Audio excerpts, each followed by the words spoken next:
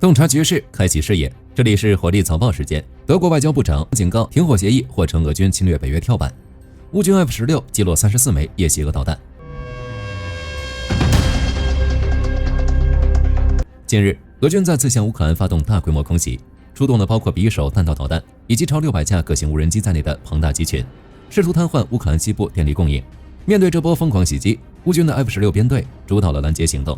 这些 F-16战机由北约援助，承担了乌克兰约80%的空中防御任务。这次他们也完美完成了任务。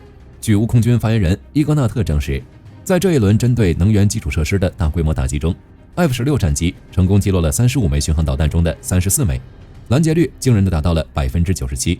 由于俄军不计成本的袭击，乌克兰的战斗机导弹和地面防空导弹还处于短缺状态。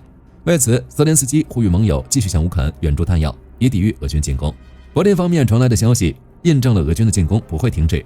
德国外交部长马德普尔明确指出，即使未来某天达成停火，欧洲也绝不能掉以轻心。所谓的停火协议极有可能是普京为袭击北约准备的缓兵之计。马德普尔强调，俄罗斯对波兰的袭击和无人机入侵早已撕掉了所谓安全边界的伪装，莫斯科的所有解释都是谎言。柏林认为，欧洲的安全不可能通过妥协来实现，唯一的路径是从实力的地位出发，与克里姆林宫周旋。说白了，就是继续支持乌克兰维持强大的防御威慑，才能阻止战火向欧洲蔓延。正如波兰之前的论断，乌克兰不是战争的终点，而是俄罗斯扩张野心前的第一道铁闸。在前线战场，乌克兰武装部队总参谋部宣布，为了保存有生力量，维护部队战斗力，乌军已主动从西维尔斯克阵地撤出。但这并不是败退，而是战术性撤退。要知道，在西维尔斯克，俄军每推进1寸就要付出巨大的代价，但他们仍然试图依靠绝对的人数优势以及不计成本的肉搏战术，在恶劣的天气条件下持续推进。面对这种自杀式的进攻，撤离无疑是最理性的方案。值得一提的是，总参谋部表示，西维尔斯克虽然暂时易手，但依然处于乌军远程火力的精确覆盖之下，敌人的补给线已被封锁，任何试图向斯拉维扬斯克推进的企图都将遭到乌克兰炮兵的迎头痛击。以空间换取时间，这也是乌克兰与俄军打了近4年还不落败的原因。与此同时，俄罗斯内部却在崩盘。据莫斯科时报报道，为了填补因战争导致的劳动力缺口，莫斯科开始大规模引进印度工人。由于大量劳动力死于前线或逃离家园，俄罗斯企业正面临高达260万人的巨大用工荒。到2032年，这个缺口可能扩大到惊人的1200万。为此，普京政府正疯狂给印度劳工派发签证。2024年的配额已飙升至3.6万份，而最终目标可能高达40万人。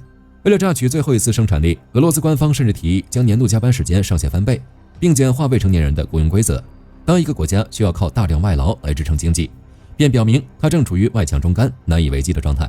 从 F-16在夜空中的精准截杀，到西维尔斯克战壕里的战略坚守，乌克兰正在证明，现代战争不只靠人海战术，更靠科技、智慧与自由意志。